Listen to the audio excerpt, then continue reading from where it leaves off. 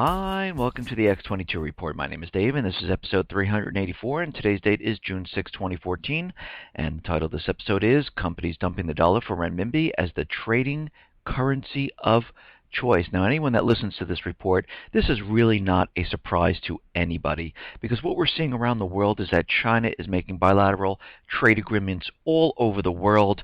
They are setting up clearinghouses in many of the countries, and we see Russia, China, North Korea, Iran, Syria all making deals to do business without the US dollar. Now, what's funny about this is that China has been making deals all around the country, and there's pretty much one country that really doesn't want to get involved in this whole thing, and that is the United States.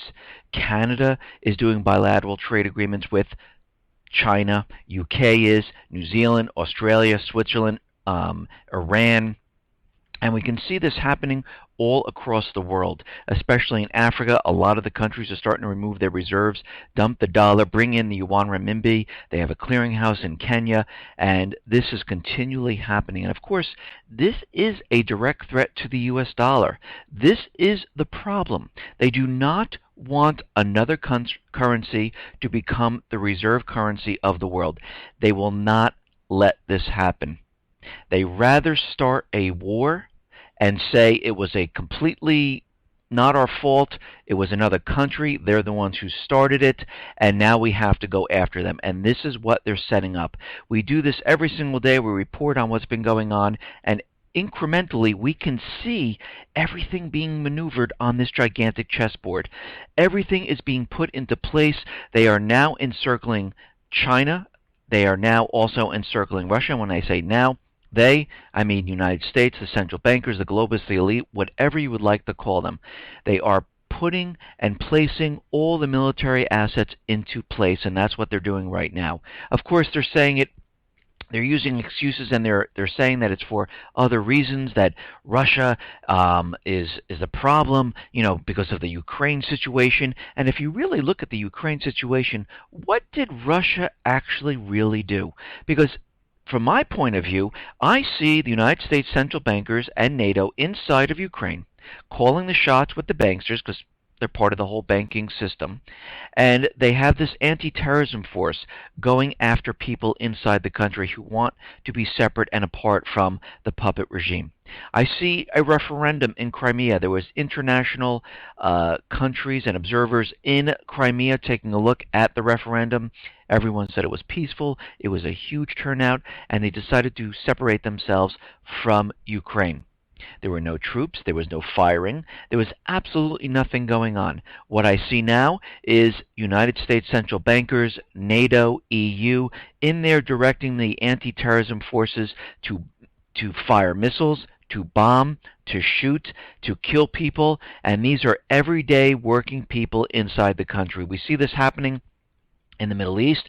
We see it in Africa. This is part of the playbook. And every single time the United States central bankers come out there and say, Russia needs to de-escalate the situation, no, just stop using the forces that you're telling that the IMF and the World Bank has been telling them to do, because they will not receive the money if they don't do it. So all you have to do is say, listen, you'll still get the money even if the Southeast decides they don't want to be part of Ukraine. And guess what? There'd be no more killing. There'd be nothing. But that's not what they want. They want the entire country. That's why the NATO leader, that's why Poroshenko is out there saying that they're going to get Crimea back. This is why they're using anti-terrorism forces on these people. This is why they're pushing their agenda forward. They are doing this because they want the entire country of Ukraine. This was the deal from the beginning, and it's not working out. And what we're seeing right now is many nations, they're looking around and they're saying, okay, the empire of the United States is losing credibility. They're getting caught in their lies, and the dollar is collapsing. We see the economy of the United States completely falling apart. The debt in the United States and the European countries are so high they cannot be sustained, and unemployment is continually rising. Yes, they realize that these numbers are all fabricated and manipulated, especially the unemployment numbers. They realize that this is the end game, and they're starting to lose faith in the dollar, and they're not completely dumping it completely all at once. They are protecting themselves. They're saying, you know what? Just in case, let's you know, remove some of our dollars from reserves and let's bring in another currency just in case something happens. And let's purchase some gold as an insurance policy. Now, if other countries are doing this, you should be doing the same thing. You should be protecting yourself. You should be making sure that you are prepared for what is coming. If the lights go out in this country because the United States central bankers decide to hold some type of false flag event to get us into war, make sure that you have batteries. Make sure you have water, food, medicine. Make sure you protect your wealth with gold, silver, or you have cash in the house someplace just in case you can't access your bank account. It costs you nothing really to do this because the supplies you're buying, you can always use them. They will never go bad. So you have really nothing to lose. If I tell you there's a hurricane coming, most people would go out and buy candles, batteries, lights. They would take some cash out just to have. They would stock up on extra medicine just in case. They would fill up their fuel cans, make sure their generators are working. They would do all this because they knew something bad was coming. Well, something is coming, and it is bad, and it is going to hit. When is it going to hit? We don't have an exact date. But do you really need an exact date? You can see it happening every single day. I mean, if we told you this before 2008, and we told you this back in 2000 that something was going to happen, we're going to have this huge crash in 2008, and we told you to buy gold back then all the way up to 2008, just think how well off you were going to be in 2008. You would have stocked up on all that cheap gold, and all of a sudden gold would have risen to new heights. And you would have been like, oh, okay, I'm all right now. All right, I have gold, I have silver, and watch real estate come down. You could have made some nice moves into the real estate market to purchase houses, apartment buildings, really, really cheap at that time. The same thing now. We're telling you, not just me, but a lot of people are saying, just be prepared. Let's get into the economic collapse news. And we're seeing that the government has come out with their new figures on unemployment, and they're saying that 217,000 jobs were seasonally adjusted, they were added, and pretty much the unemployment rate is staying at 6.3%. And they want everyone to believe that, yes, see, we're in a recovery, we're holding steady at 6.3%, but what's really happening is they're continually manipulating numbers. They'll hold the unemployment steady for most likely another month, and then they'll bring it down because we know we have elections coming up very, very soon. So they'll start bringing it down a little bit, showing that, look, things are even getting better than we thought, and we're in this fantastic recovery. And we know we are not. We know these numbers are manipulated. And right now, the number of women 16 and older who were unemployed in the United States climbed by 60,000 in May. In May, there were 4.5 million unemployed women, 60,000 more than 4.4 million American women who were unemployed in April. So we can see that even the women sector right now, they are losing jobs, and that number is creeping up at this time. Now we can see there are a lot of people that are not in the workforce.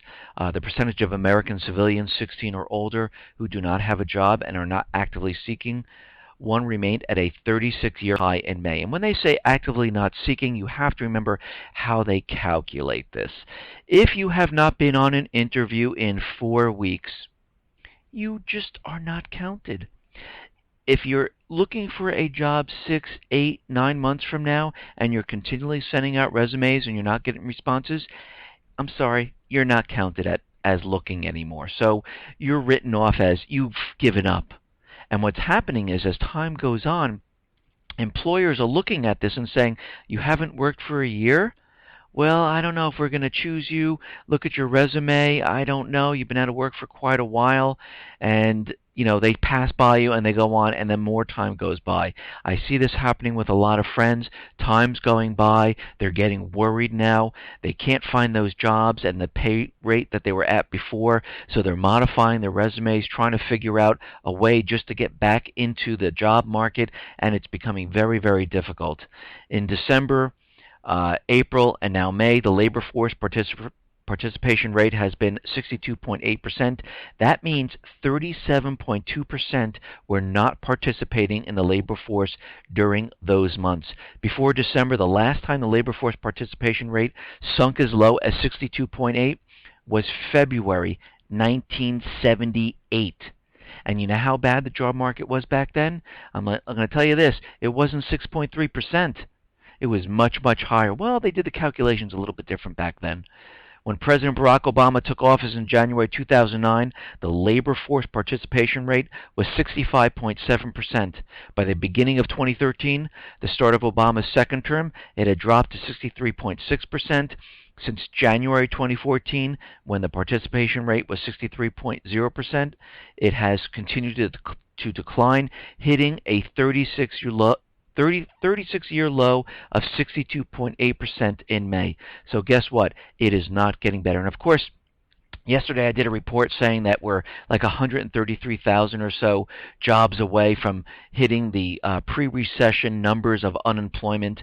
But you have to remember, all these jobs that they're adding on, they're replacing those high-paying jobs for low-wage jobs. And if we really look at this jobs report that came out, we can see that half of May payroll growth is in education, leisure, and temp help jobs.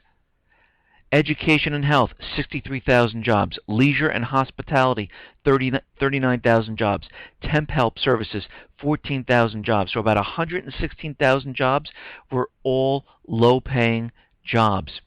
Now just think about yesterday when we reported about all these layoffs, these people that are getting laid off in these companies like Dell, Sony, Barclays, RBS, Wells Fargo, Citibank. These are nice paying jobs. They are getting laid off, their unemployment's running out, their severance payments are running out, they're continually sending out resumes, and if they haven't gotten a response or been on 4 weeks of interviews, they are no longer counted. So we can see what's going on here. They cannot find work because many companies have a hiring freeze or they're laying off at this time. So it's going to be very, very difficult for these people to find work. Now what's happening is April, U.S. consumer savings completely plunged.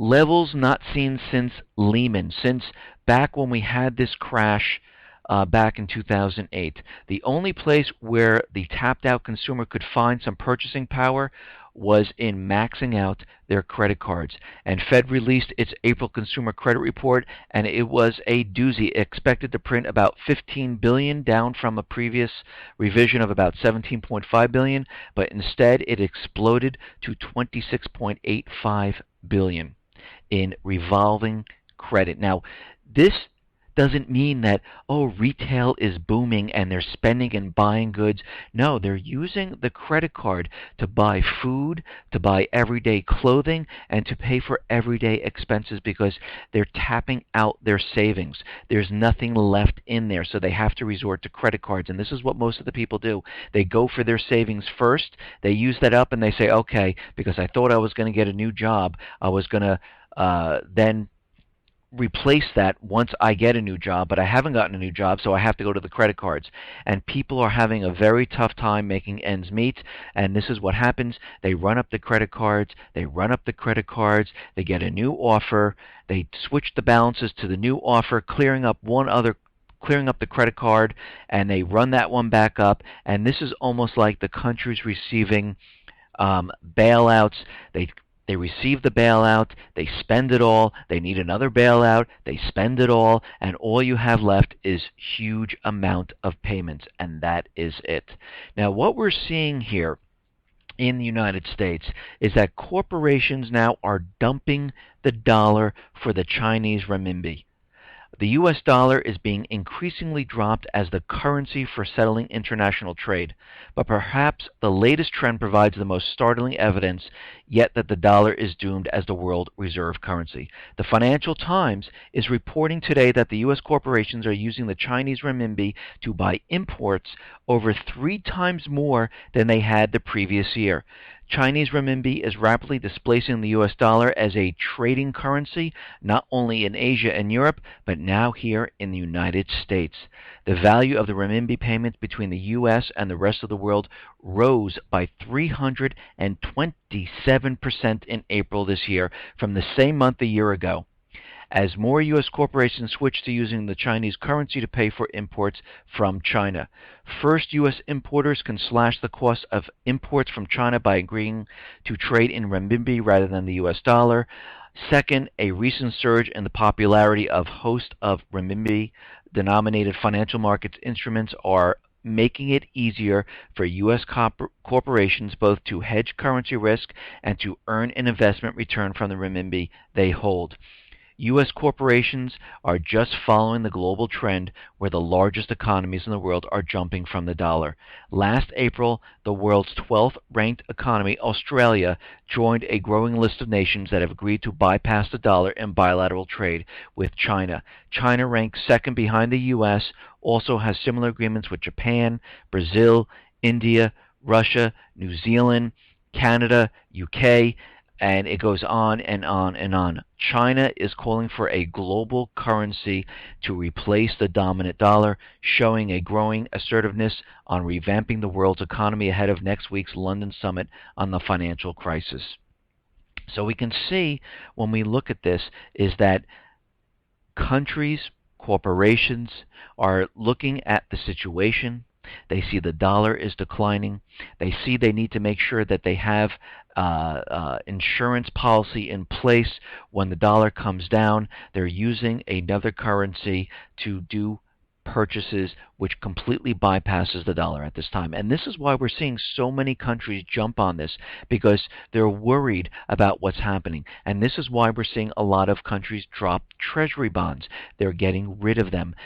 China right now is dumping the U.S. dollar. How are they dumping it? They're spending it in other countries to build up the infrastructure. They're using it in other places. They're using it in Nigeria, in Kenya, in Sudan, in Niger. They're using it in Afghanistan. Anywhere they can, they use the U.S. dollar to build the infrastructure there, and this removes it from their reserves that they have.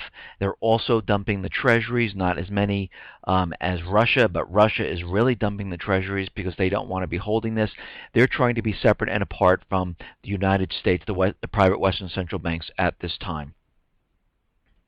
Now, we understand that United States central bankers, they are trying to pretty much dumb down the American child today, because they realize that they don't want to have smart people, thinking people, and people who can actually argue against them. They're trying to get rid of the rights of the people. They want to get rid of that pesky First Amendment, that Second Amendment, that Fourth Amendment, and the rest. They don't want the Constitution. This is getting in their way. They just want control. They want drones.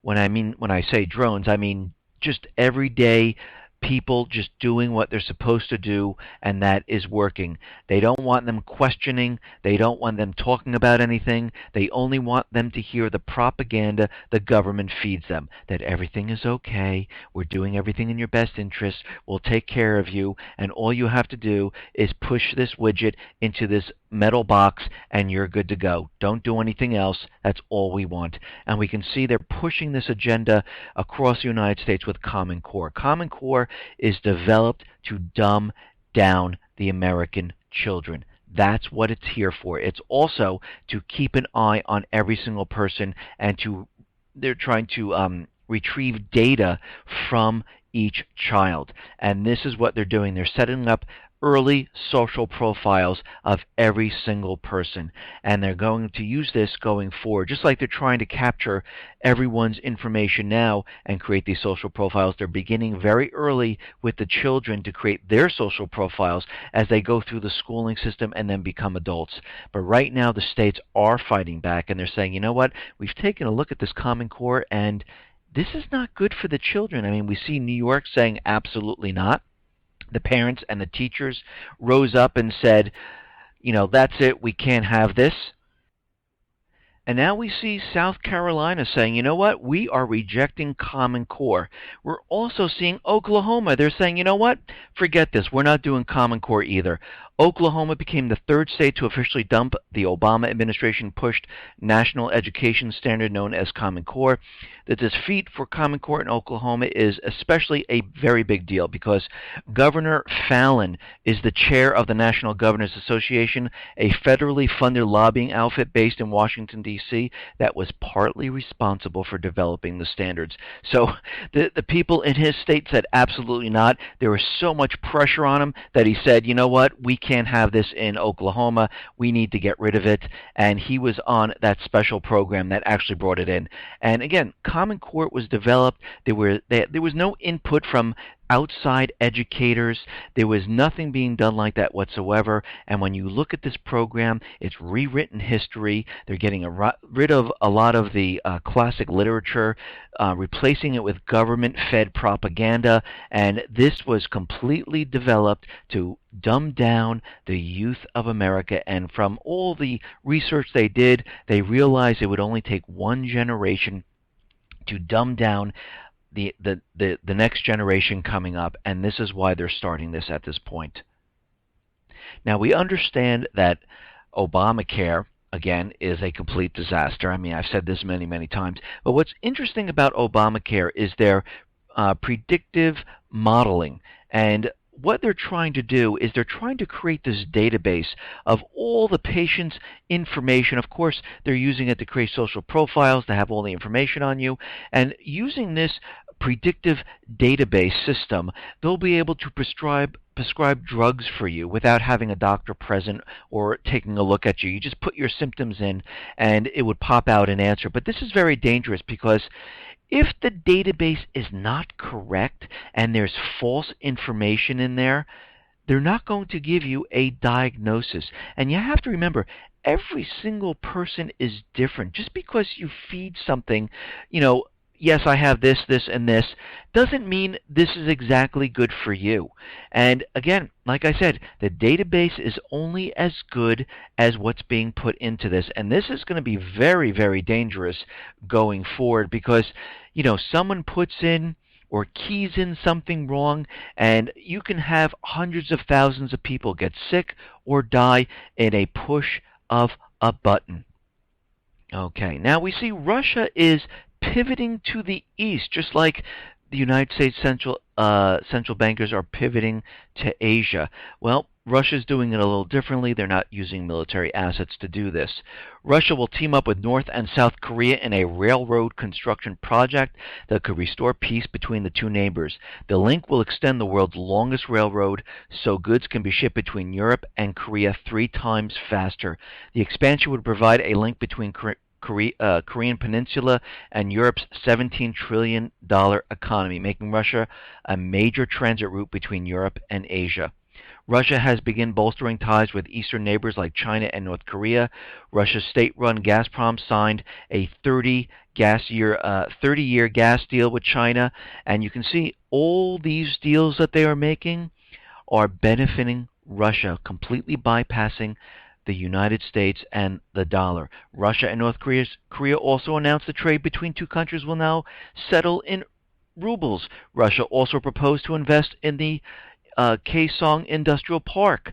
Russia will forgive 90% of North Korea's debt from the Soviet era, leaving $1 billion to be repaid interest-free over the next 20 to 40 years. Russia also recently canceled the $29 billion of Cuba's Soviet-era debt. So they are making deals, they are propping themselves up, and they are definitely doing a pivot to the east right now.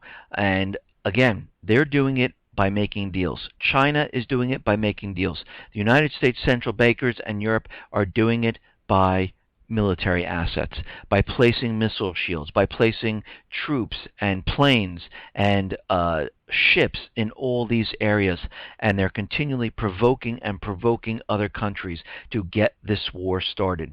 Now, North Korea is out there saying that they've detained a third U.S. citizen, and I find this very interesting that every time something happens with North Korea or they're detaining a citizen, it's on the heels of some type of deal. And of course, we know that Russia and North Korea are making many deals. And all of a sudden, there was this citizen in North Korea, and they were arrested, and they're saying they were doing something illegal inside the country. The official Korean Central News Agency said that Jeffrey Edwards Fowle entered North Korea April 29th and had perpetrated activities that violated the laws of our republic, which did not fit his stated purpose of visiting our republic as a tourist. Our related agency has detained him and is investigating him. We are aware of reports that a third U.S. citizen was detained in North Korea, a U.S. State Department official said. According to the Times, there is no greater priority for us than the welfare and safety of U.S. citizens abroad.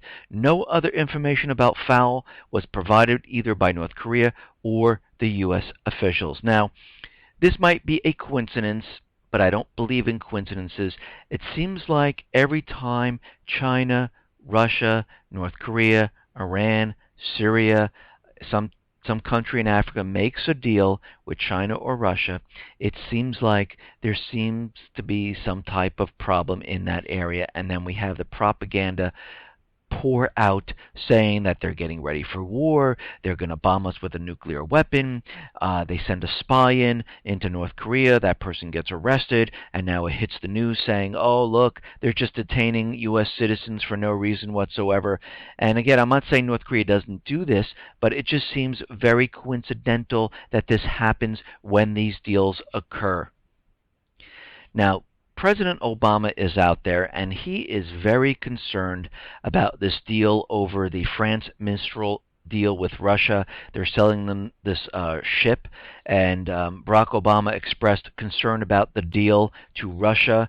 I've expressed some concern, and I don't think I'm alone in this, about continuing significant defense deals with Russia at a time when they have violated basic international law and the territorial integrity and sovereignty of their neighbors. The French authorities reaffirmed on Tuesday that France will meet its obligations under the €1.2 billion contract on construction of 2 Mistral-class helicopter carriers for the Russian Navy, despite increased pressure from the U.S. and other EU countries to cancel the deal. Well, I'm going to tell you right now, they're not going to be giving up that money. They want this to go through. They want the money on the deal.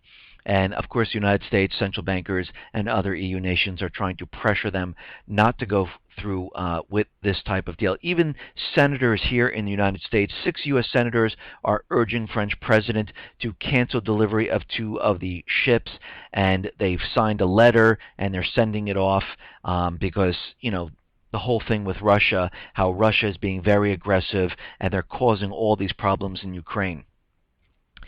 But on the other hand, we see that Germany is kind of backing France, saying, you know what, they should let the deal go through. Germany has defended France's plan to deliver a warship to Russia in October despite U.S. criticism. Chancellor Angela Merkel said on Wednesday in Brussels that interruption of delivery might only come if the EU adopts Stage 3 sanctions against Russia. But she said the EU is not launching Stage 3 because Russia did not stop Ukraine's May 25th presidential elections from going ahead. Well, if we really look at this, first of all, they're not going to do the next round of sanctions. And if they do, they're getting ready for something big to happen, because that would have a horrific effect on the EU and the United States. It would really bring the economies to its knees. And also, what we are seeing here is that Russia wasn't going to stop the May elections there in the country. I love how they place a spin on this. Well, since they didn't stop the elections and they let them go through, we can see they're starting to cooperate. No, they know it's a puppet regime. They knew it was fake, phony, false, and they were part of the same puppet government. There was nothing to stop. I mean, it doesn't matter. They're just switching off another person, but the people who are in control are still in control. United States central bankers, the IMF, the EU, and NATO, who's in the country. So there was nothing to really do at this point, but I love the way they placed the spin on this, like they didn't interrupt these very important elections that went on, even though millions of people didn't vote. Now, the Pentagon is out there, and they're confirming that the Chinese do have a long-range ICBM development going on.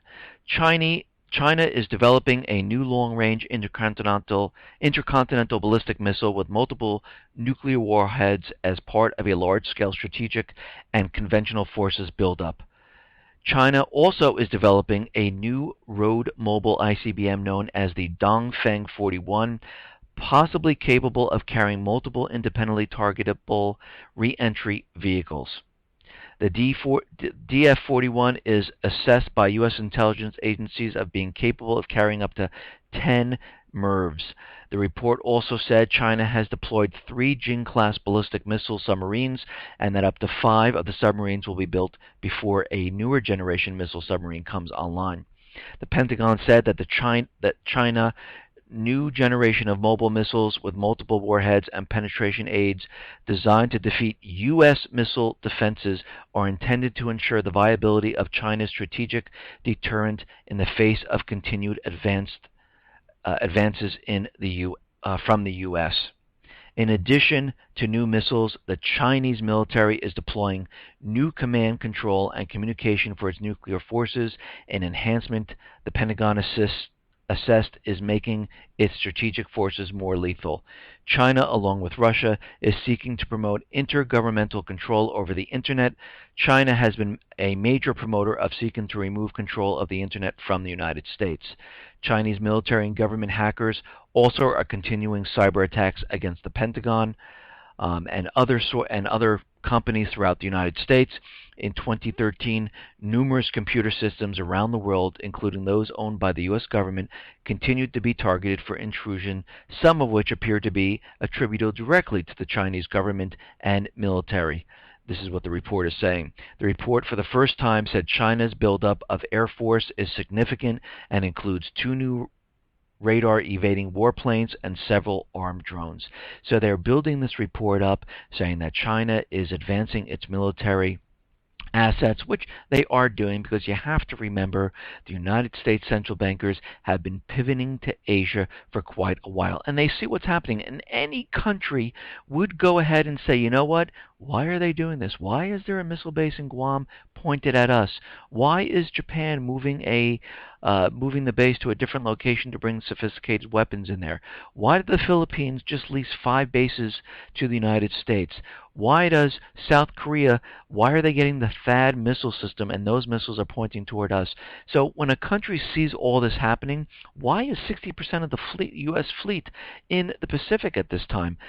When a country sees this, of course they're going to build up and ramp up military spending. Russia, on the other hand, they see, okay, there's a missile shield running from Poland down to Romania. They're bringing in more sophisticated weapons. They're calling it Star Wars, where they will take down any missiles that are being shot to the United States after the United States makes a first nuclear strike into Russia and China.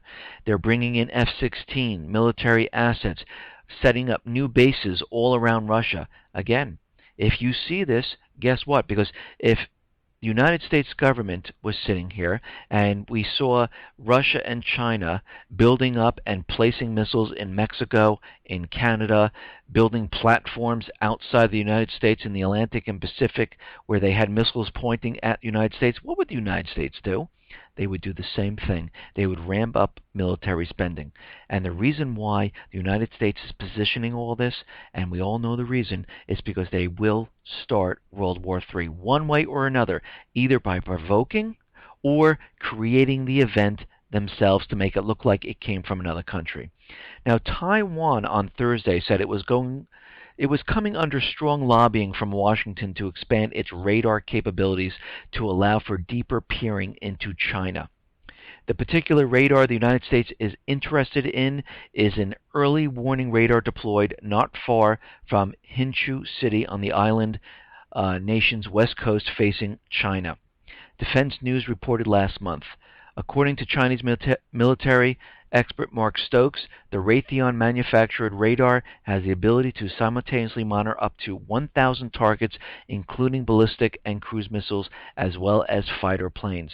Taiwan officials told the Times there was strong local opposition to erecting additional radar installations that are seen to be more beneficial to the United States than to Taiwan. So they're pushing back a little bit right now because they're saying you're setting all of this up. How does this benefit us? It really doesn't. And they're looking most likely to get something out of this deal. Now, there are about over 700,000 Russian passports being issued to Crimean residents. A lot of them are saying, okay, we're part of Russia, let's get the passports now, and they are continually doing this. Donetsk right now is calling for aid because what is happening in the country. Members of the self-proclaimed government of Donetsk have made a desperate call for aid for the residents of Slavyansk. The call by the DPR officials came as a large number of residents in the eastern Ukraine city are going without food, medical aid, and this is all from the anti-terrorism forces coming in, bombing them, shooting up schools, shooting up people, bombing people, and they're looking for help at this time. Now, if you take a look at this, you see that everywhere the United States has these anti-terrorism forces, you know, the ones that go after Al-Qaeda in Libya, Lebanon, Yemen, and Iraq, just like we see it in Ukraine, like all these places, everywhere they are, we always seem to have some type of humanitarian problem in these countries. Because what's happening is, once they have control of the puppet regime, they don't care about the people. They don't care if they kill them. They don't care if they're hurt. They don't care if they're starving. They could care less. And if you ever look in all of these countries where they're either if they have control of the puppet regime or they're trying to take control, we always have problems in these countries. And it's spreading to many other countries as the United States continually pushes their agenda. Now, Putin right now has had a talk with Poroshenko during the D-Day meeting, and it seems like everything is positive. And of course, this is all lip service. You know, they're agreeing upon that there shouldn't be any more strikes against the people, there should be no more bloodshed. And again, until they actually do something, and I'm talking about the Ukrainian government, the puppet regime, until they call the forces off, all of this is lip service. And it looks great on TV, it looks great when they report it, but again, this is all lip service. It's not what they're actually doing. Until they call it all off, it is only lip service. And of course, during the same meeting for D-Day, because everyone was in France celebrating D-Day, President Obama told Putin he must de-escalate tension in Ukraine or face deeper international isolation. So, of course, Obama is telling Putin to stop what he's doing. Poroshenko is agreeing with Putin there should be no more bloodshed.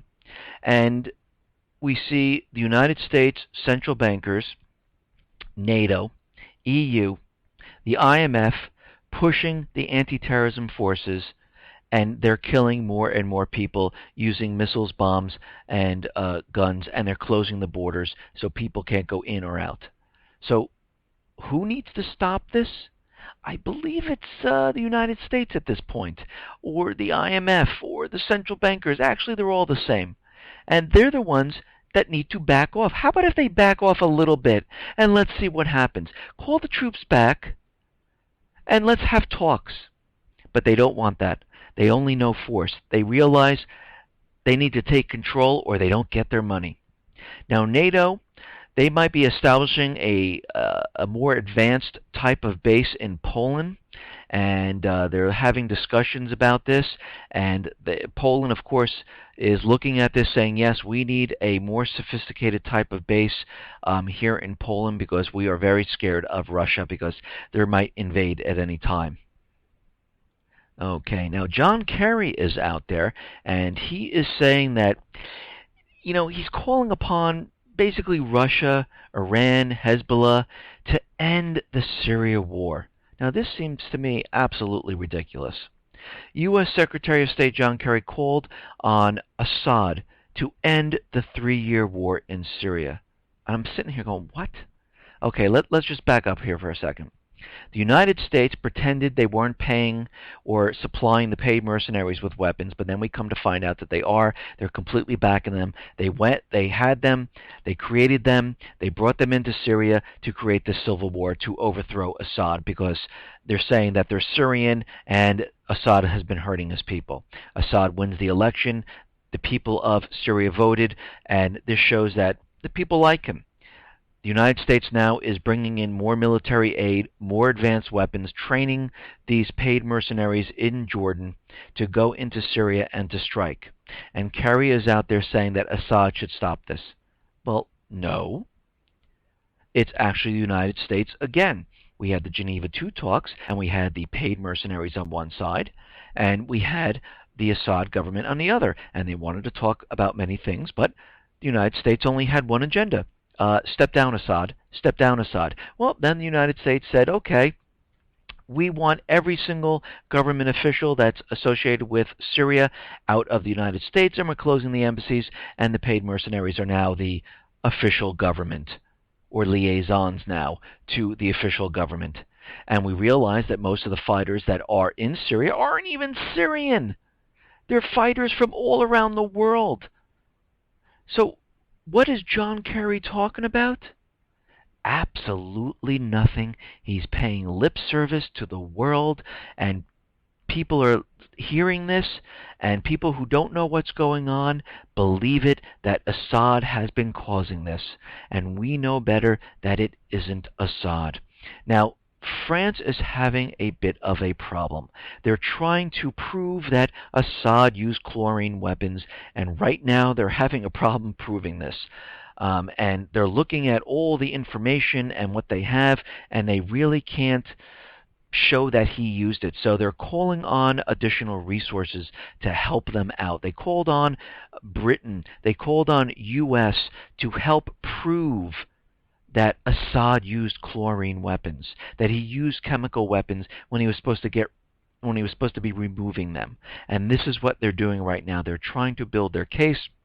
Of course, they have 7 to 8% of the chemical weapons still inside the country because the treaty is still in effect, and they're trying to prove that Assad used chemical weapons, which makes the treaty null and void. And this is why they're keeping this 8% or 7 to 8% in there, because once it's removed, the treaty is completely done, case closed. He did what they wanted to do. The United States, France, Germany, England, they know that once that is removed, they will not have a case anymore, so they are definitely keeping it in there. Now, the U.S. is sending even more aid to Syria. The U.S. government says it's now providing both lethal and non-lethal aid to foreign-backed militants, and I think that amount is up to like $2 billion right now. So what's happening right now is they're bringing in more aid. They're bringing in more sophisticated weapons. They're training the paid mercenaries in Jordan at secret bases. And right now, the U.S. National Security Advisor Susan Rice said Washington has increased the support for what she called a moderate opposition group. The Obama administration has said it is working with Congress on ramping up support for the foreign-sponsored militants in Syria. The U.S. has provided hundreds of millions of dollars in aid to the insurgents. U.S. officials have refused to say whether Rice was announcing a new U.S. policy. They have also declined to comment on the details of the support to the militants. This comes as reports earlier said that U.S. is ready to begin training missions for the insurgents. Training missions for the insurgents. So what are they planning? They are definitely planning something big. France, with the help of England and Germany and the U.S., are trying to show that Assad used chemical weapons. They're trying to make the treaty null and void. They're bringing in all this aid. They have troops already in that area until the 8th, which most likely they'll stay there a little bit longer as they normally do. The military assets will probably remain in Jordan. They're training these people. They've kicked out the Syrian government. What are they about to do? They are about to do something. Listen, everyone, thanks a lot for listening. Be well, be safe, and especially be prepared. Thanks a lot.